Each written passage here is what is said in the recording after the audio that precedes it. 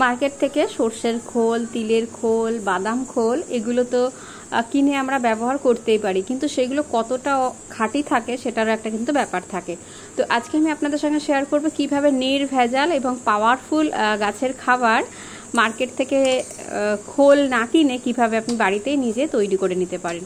তো দেখুন এখানে রয়েছে সাদা সর্ষে আর আমার ছাদ বাগানে তৈরি কালো সর্ষে, যেটা কিন্তু এবছর অনেকটা পরিমাণে সর্ষে তৈরি হয়েছিল। সেই সর্ষে কিছুটা নিয়েছি, আর কিছুটা নিয়েছি এমনি যে চীনা বাদাম হয় সেই চীনে বাদাম, আর কিছুটা নিয়েছি যেটা কিনা অনেক সময় বাড়িতে আমাদের বাদাম থাকে যেগুলো খারাপ হয়ে যায় আর খাওয়া যায় না, সেগুলো কিন্তু আমাদের গাছের খাবার। তো সেরকমই আমি আর তার সাথে কিছুটা নিয়েছি সাদা তিল, যেটা রান্নাঘরে থাকে। তো এই সমস্ত কিছুই মোটামুটি আমাদের রান্নাঘরে থাকে। তো এই রান্নাঘরের জিনিসগুলো দিয়েই কিন্তু আমরা পাওয়ারফুল গাছের খাবার তৈরি করতে পারি এবং অরিজিনাল খাঁটি জিনিস, যার কিন্তু কোনো তুলনা হয় না। তো আমাদেরকে যেটা করতে হবে, সমস্ত জিনিসগুলো এক জায়গা করে আমাদেরকে সারাটা রাত ভিজিয়ে রাখতে হবে। একসাথে আমি মিশিয়ে ভিজিয়ে দিচ্ছি, কারণ আমি ঝামেলা ঝঞ্ঝাটটা কম করতে চাই। এগুলো কিন্তু আলাদা আলাদা করেও গাছের খাবার তৈরি করা যায়, আবার একসাথে কিন্তু সব কিছু মিশিয়ে কিন্তু গাছের জন্য একটা খাবার তৈরি করা যায়। তো আমি যাতে সর্ষের খোল আর যাতে না কিনতে হয় বাদাম খোল যদিও আমি কখনো কিনি না, আমি সবসময় ঘরের বাদামটাকেই বেটে ব্যবহার করি। তো এগুলো কিন্তু পরিমাণেও কম লাগে। আর একটা জিনিস হচ্ছে গাছে ফুল ফল আনতে ভীষণ কাজে আসে, সেটা হচ্ছে দেখুন এখানে রয়েছে পেঁয়াজের খোসা, রসুনের খোসা, কলার খোসা, আর সাথে আমি সামান্য একটু চা পাতা দিয়ে আরেকটা খাবার কিন্তু আমি রেডি করে রাখলাম। এটা হচ্ছে গাছে ফুল ফল আনার জন্য। আর আরেকটা যে বাদাম খোল, সর্ষের খোল, এটা হচ্ছে গাছে গ্রোথের জন্য, বা গাছে ওগুলোতেও গাছে ফুল ফল আসবে, কিন্তু যাতে বেশি মাত্রায় ফুল ফল আসে তার জন্য কিন্তু আমরা যেহেতু পটাশিয়ামটা বেশি দরকার, সেটা হচ্ছে কলার খোসার মধ্যে রয়েছে, সেই কারণে আমি কিন্তু কলার খোসাটা দিয়ে পেঁয়াজের খোসা, রসুনের খোসা, তার মধ্যে সামান্য একটু চা পাতা দিয়ে আমি আরেকটা খাবার আমি রেডি করে রেখেছি।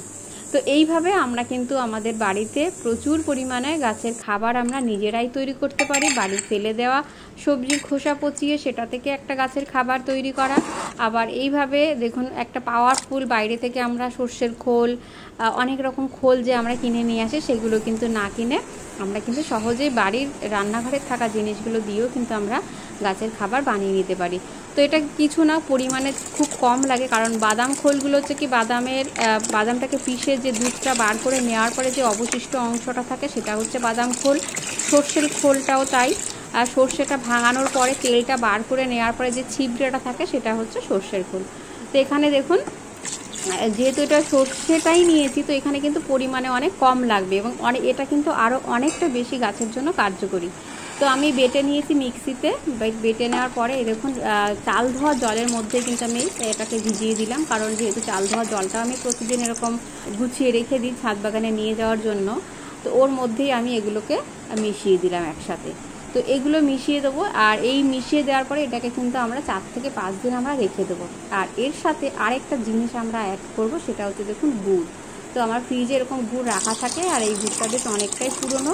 আমার যখন দরকার হয়, আর কারণ যেহেতু শক্ত হয়ে গেছে, যখন দরকার হয় আমি একটু জল দিয়ে ভিজিয়ে রাখি, এই জলটা এর মধ্যে দিয়ে দিই। তো গুড়টা দিলে যেটা হয়, এর মধ্যে যে গুড় ব্যাকটেরিয়াটা তৈরি হবে তার পরিমাণটা কিন্তু অনেক বেশি বেড়ে যাবে। তো গুড়টা হচ্ছে তাদের খাবার, তো সেই কারণে গুড়টা দিলে কিন্তু আরও বেশি প্রসেসটা কিন্তু অনেক তাড়াতাড়ি হয় এবং গাছের জন্য কিন্তু ভীষণ ভালো উপকার গুঁড়ো। ব্যাকটেরিয়া যত বেশি বেড়ে যাবে এবং মাটির সাথে যত বেশি সেই গুড় ব্যাকটেরিয়া থাকবে, তত কিন্তু আমাদের গাছের খাবারটা নিতে তত বেশি সুবিধা হবে। তো সেই জন্য গুড়টা এখানে দিলাম। এই জায়গায় কিন্তু আমরা চাইলে কিন্তু একটু টক দইও ব্যবহার করতে পারি, তো আমার কাছে যেহেতু এই মুহূর্তে টক দই নেই সেই জন্য আর ব্যবহার করলাম না। তো এটা আমরা খুব সামান্য পরিমাণে 1:10 রেশিওতে আমরা গাছের গোড়ায় ব্যবহার করব। যদি 1 মগ এই লিকুইডটা নিই, তো আমরা তার সঙ্গে 10 মগ জল মিশিয়ে সেই জলটা হচ্ছে গাছের গোড়ায়, সমস্ত গাছের গোড়ায় আমরা কিন্তু ব্যবহার করব। আর ছাদ বাগানে এরকম সুন্দর সুন্দর ফুলে ভরে থাকবে নির্ভেজাল খাবার, আপনারাও চাইলে কিন্তু এইভাবে বানিয়ে নিতে পারেন।